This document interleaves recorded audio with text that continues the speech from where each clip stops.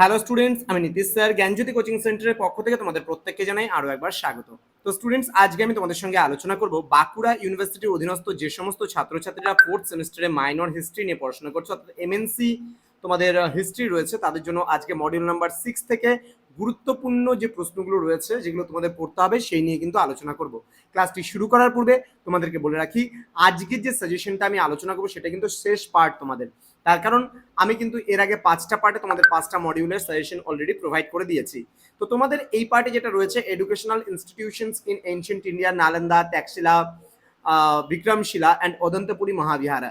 তো এই সমস্ত বিষয়গুলো তোমরা পড়বে। আমি বিস্তারিত আলোচনা করবো কোনটা 4-এর পড়বে, কোনটা 6-এর পড়বে।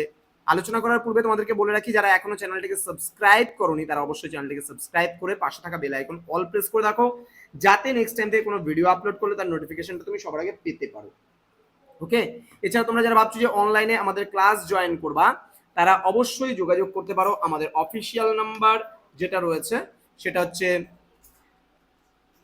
6295916282 নাম্বার এবং 7076398606 নাম্বারে।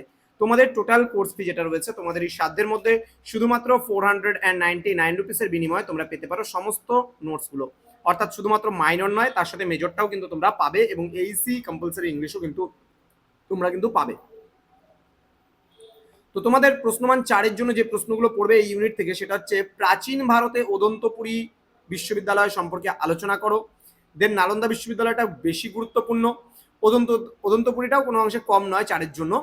নেক্সট বলছে প্রাচীন ভারতের প্রাতিষ্ঠানিক শিক্ষার কেন্দ্র হিসেবে বিক্রমশিলা বিশ্ববিদ্যালয়ের বা বিক্রমশিলা মহাবিহারের সংক্ষিপ্ত বর্ণনা করো। এই যে প্রশ্নটা রয়েছে, এই যে 3টে প্রশ্ন রয়েছে, এই 3টে প্রশ্নই তোমাদের এইবার সিলেবাসে রয়েছে, ভালো করে পড়বে। পরবর্তী প্রশ্ন, প্রাচীন ভারতের যে কোনো একটি শিক্ষা কেন্দ্রের শিক্ষা ব্যবস্থার পরিচয় দাও।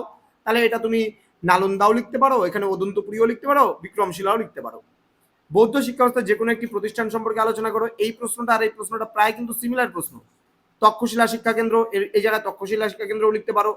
এখানে বলছে প্রাচীন ভারতের প্রাতিষ্ঠানিক শিক্ষার কেন্দ্র হিসেবে তক্ষশিলা বিশ্ববিদ্যালয়ের সংক্ষিপ্ত বর্ণনা করো। এখানে বিক্রমশিলা বিশ্ববিদ্যালয়ের বিষয়ে একটি সংক্ষিপ্ত টিকা লেখো। তো তুমি যেইভাবে খুশি এই 3টা প্রশ্ন পড়ে যাও, কমন পাবেই পাবে এখান থেকে, এটা একদম 100%।